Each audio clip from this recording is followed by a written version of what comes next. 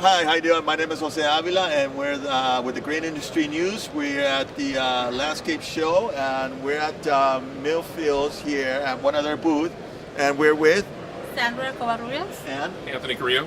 Okay, and we're gonna go ahead and just talk a little bit about azaleas here. So their main thing is to grow azaleas, and we're just gonna, talk a little bit about azaleas, how they grow, what type of soil can you grow them in, and that sort of thing. So if you guys could explain it to us a little bit. Well, typically that's what we grow. Our standard wheelhouse is azaleas, camellias, gardenias, ferns, and hydrangeas. We've been growing azaleas since '49, and that's our specialty. Camellias we've been growing for a long time also. We grow everything under the sun pretty much out in Riverside, California.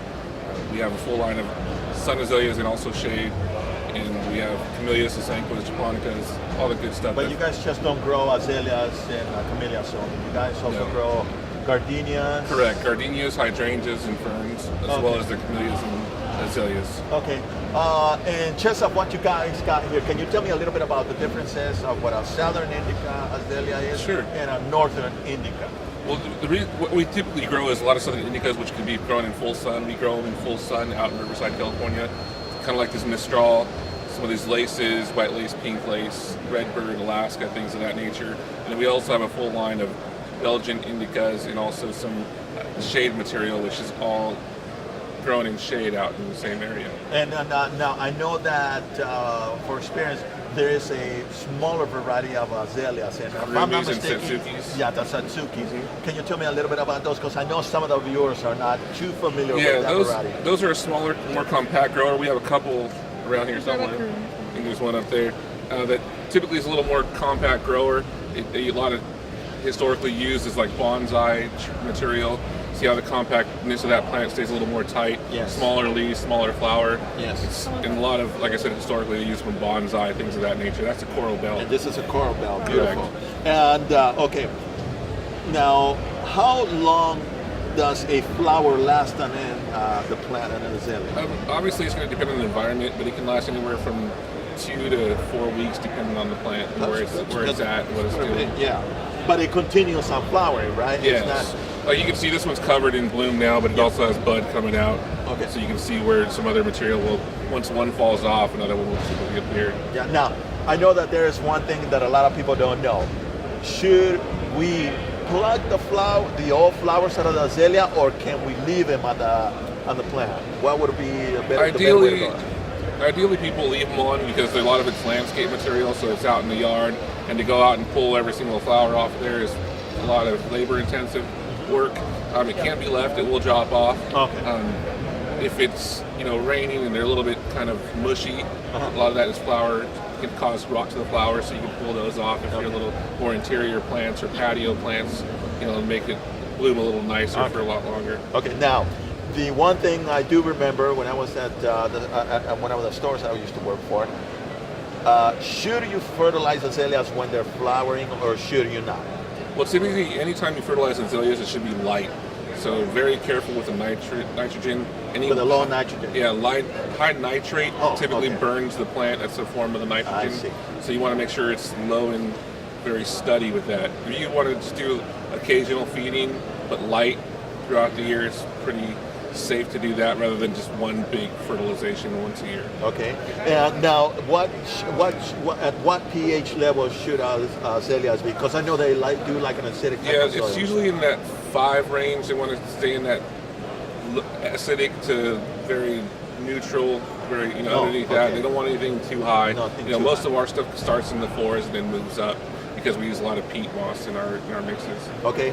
Now, for the southern indica azalea, since they do like a sunny location, are they able to, as a gardener, am I able to plant it in a shaded location? Or Yes. Okay. So any sun azalea can typically be grown in the shade. Any shade azalea cannot be grown in the sun. So you can move one way, but not the other way. So it depends on where you're putting it. Okay. But most sun azaleas can grow in full sun, and they can do well in partial shade and full shade. If they're in full shade, they will get a little leggy, which they're kind of reaching for the sun, so they'll be a little taller. Okay. So you might have to prune them a little more, but they do just as well. Okay. Now, what about camellias? I know that there's your sun camellias, and then there's your shaded camellias. Can a shaded camellia be put in a sunny location? No, it'll burn. It'll for burn, the most right? part. Yeah. Okay. There's a line of Sasanqua camellias that can take sun, but most camellias do well in filtered sun. You know, especially Sasanquas, which are sun azaleas, they'll do better in a filtered type material. Okay. Location. All right. Now, is it a natural thing for camellias to drop that many buds when they're just about getting ready to open, or Not naturally. Typically, it could be something, some kind of fungus in the bud. So you want to make sure you treat those things. They're pretty susceptible to kind of flower blight, where you kind of get those body-looking flower petals. Or too much water Yeah, could too much cause water that. could cause that. So be careful with the overwatering. If that does happen, you can treat it with some kind of fungicide to kind of control that. okay? And then how do you guys get this tree type of here of azalea? I mean, It's a long is process. it a graft type of situation? No, we grow everything from cuttings. So everything we grow, we start at that stage. And for our trees and poodles, we actually hand prune those to shape them.